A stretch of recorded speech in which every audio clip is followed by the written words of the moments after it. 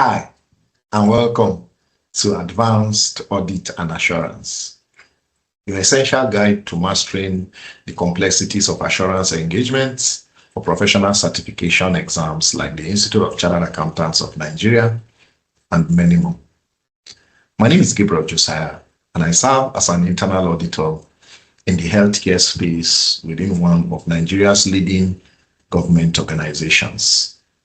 With over 5 years of professional internal audit experience, I am passionate about leveraging my experience to simplify and dynamically explore the fascinating subject of AAA.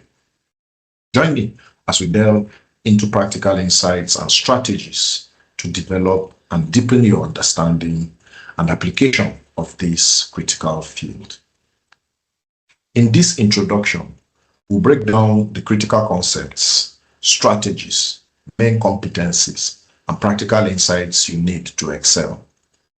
Whether you're preparing to tackle ethical dilemmas, planning assurance engagements, assessing risks, or drafting comprehensive audit reports, the 16 modules in this study text are designed to help you build confidence, develop mastery, and succeed. This is your opportunity to learn not only from the study text, but also from real-world examples, and sharpen your skills in areas that not only get you exam ready, but prepare you for a fulfilling career in audit and assurance. Stay with me, and let's take your professional journey to the next level. Let me share my screen. Let's look at the modules very briefly. As we introduce them, I'll go mini-me now as usual, and let's tackle or discuss the modules one by one. There are 16 of them as we explore them very graphically. Okay, the ICAN Advanced Audit and Assurance.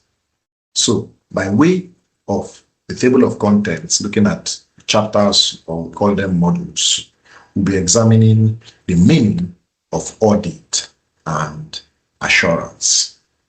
We'll be defining auditing and assurance, emphasizing the importance of providing confidence to stakeholders.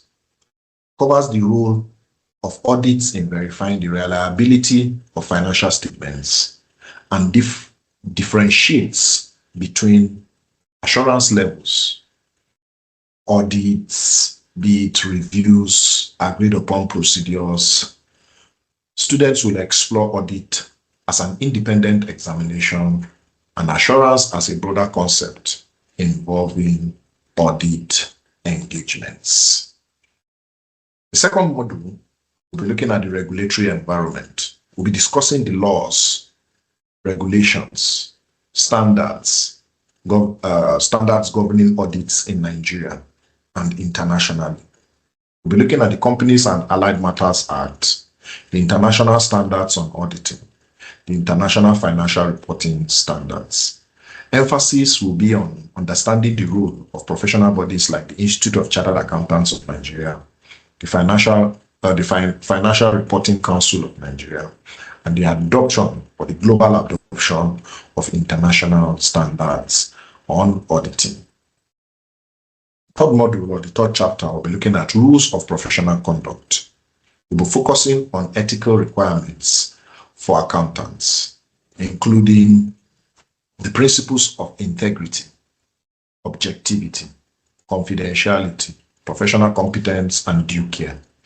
Students will examine ICAN's code of ethics and how to address ethical dilemmas. So that will be chapter 3 of the case study text. So by way of chapter 4, let me toggle my screen so we could see exactly where we are. Okay, so chapter 4, we'll be looking at professional responsibility and liability. In this module, professional responsibility and liability, we'll be covering the auditor's legal and professional responsibilities, which includes due diligence, reporting obligations, and the consequences of negligence. discussions around liability to clients, third parties, and the legal framework protecting auditors in good faith engagements. Module 5 or Chapter 5, we'll be looking at practice management. We'll be focusing on running a successful audit practice, covering client acceptance, engagement letters, risk management, staff training, and quality control. So students will learn about audit quality frameworks and their practical application.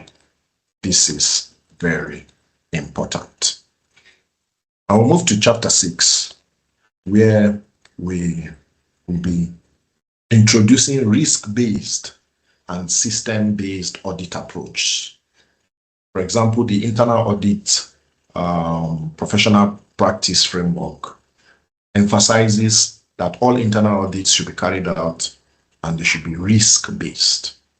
They should be risk-based in the sense that the focus and the approach should be risk-focused. So this chapter will look at the audit approach in terms of risk-based and system-based audit approaches. We'll explain the importance of tailoring the audit plan based on client specifics or client-specified risks.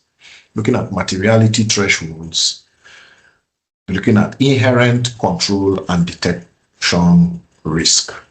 This is very, very important. Chapter 7 or Module 7 will be looking at details on how to develop an effective audit plan, including understanding the client's business, assessing risks, determining materiality, and allocating resources. Planning ensures the audit process is focused and efficient. This is very, very important. Module 8, Audit Evidence, will be looking at the types and quality of evidence required to support audit conclusions. Students will explore sources of audit evidence, internal and external, reliability criteria, techniques like inspection, observation, inquiry, and analytical procedures. So those are the elements or items we'll be looking at under Chapter 8 or Module 8, Audit Evidence. Module 9, Evaluation and Review, will be covering the auditor's role in assessing the sufficiency and appropriateness of evidence gathered. Students will learn how to review working papers, evaluate misstatements, and ensure audit objectives are met before issuing a report. Very, very important. Okay, so Module 10, we'll be looking at group audits. We'll be focusing on auditing consolidated financial statements of parent and subsidiary companies. Key topics include reliance on component auditors, materiality levels, and addressing inter-company transactions. Module 11, focused on audit-related services. We'll be discussing engagements that are not full audits but involve providing assurance such as reviews, agreed upon procedures, and compilations. Students will understand how these engagements differ in scope, assurance levels, and reporting. Module 12, Assurance Services. We'll be exploring broader assurance engagements beyond financial statements, such as environmental audits, corporate governance reviews, internal control assurance, so that candidates will learn how assurance contributes to stakeholder trusts. Module 13, we'll be looking at internal audit and outsourcing. My area. I have extensive experience in internal audit. So we'll be covering the role of internal auditors in risk management and governance. Candidates will examine differences between internal and external audits and the growing trend of outsourcing internal audit functions. Which one is proper? Outsourcing or having an internal audit staff, a qualified internal audit staff as the internal auditor, the head of internal audits, or the chief audit executive of the organization. This is very important. Okay, so chapter 14, we'll be looking at reporting. Reporting will be focused on preparing and issuing audit reports. Topics include the structure of unqualified and qualified reports, emphasis of matter paragraphs, and communicating with management, those charged with governance. Module 15 will be looking at current issues. We'll be examining contemporary challenges and emerging trends in auditing, such as sustainability reporting, fraud detection, regulatory changes, and cybersecurity risks. And finally, we'll be looking at the application of information technology in auditing. We'll focus and discuss the impact of IT on the audit process, including data analytics, computer-assisted audit techniques, and cybersecurity audits. Students, candidates, professionals will learn how technology enhances efficiency and accuracy in auditing. So these are the modules that summarizes and offers a roadmap for students, preparing them for deeper engagement with other materials we'll be sharing in the series of videos as attachments in the description.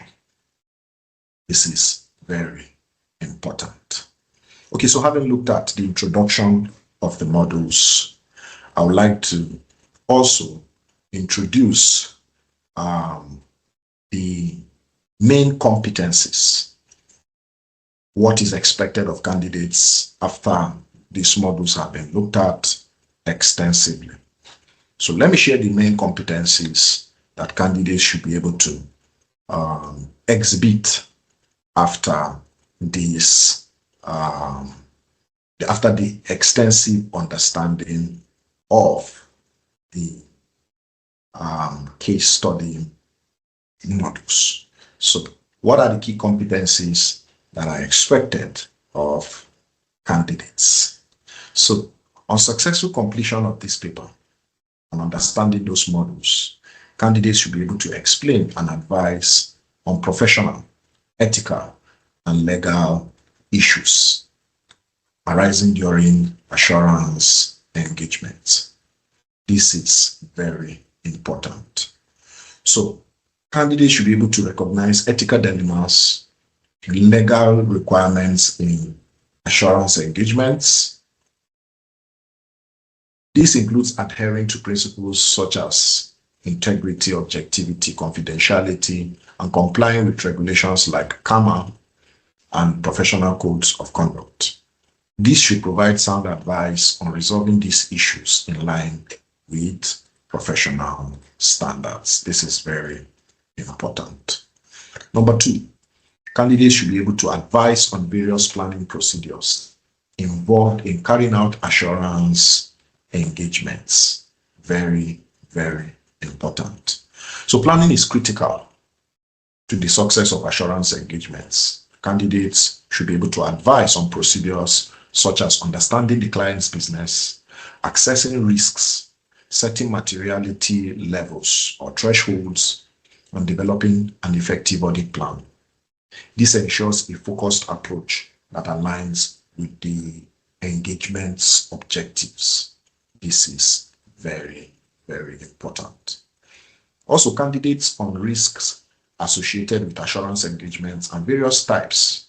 So, advice on the various types of business, on the risk associated with these engagements, and relevant control measures to mitigate these risks.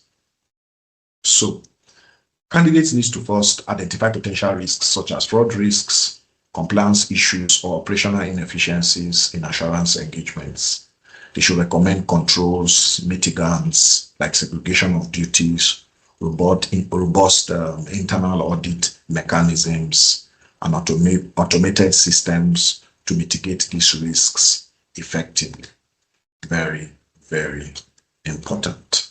And finally, one of the main competencies should be that candidates should be able to identify features of assurance engagement reports and also be able to write relevant reports after concluding the assignment on assurance engagements. Understanding the structure and purpose of assurance engagement reports is very essential. Candidates should identify key elements such as the scope, conclusions, emphasis of matter paragraphs, and be able to draft reports that clearly communicate findings and provide actionable recommendations. This is very important. So these competencies ensure candidates are prepared to handle complex assurance engagements with professionalism and precision. So take note of that, and that's what it's expected of candidates very, very critically. Congratulations on this short introduction on the modules or the chapters and main competencies. From this introduction, we've explored the key competencies required to tackle professional exams and navigate real-world assurance engagements. Remember, success lies in mastering the principles, applying them with precision, and staying updated on current issues in audit and technology. Don't just aim to pass, aim to stand out as a top-notch finance professional. Thank you very much for watching. For more insights, case studies, and strategies, don't forget to like, subscribe, and share this content. Join the community of aspiring chartered accountants, auditors, and finance experts pursuing excellence. Let's make your professional certification dream a reality.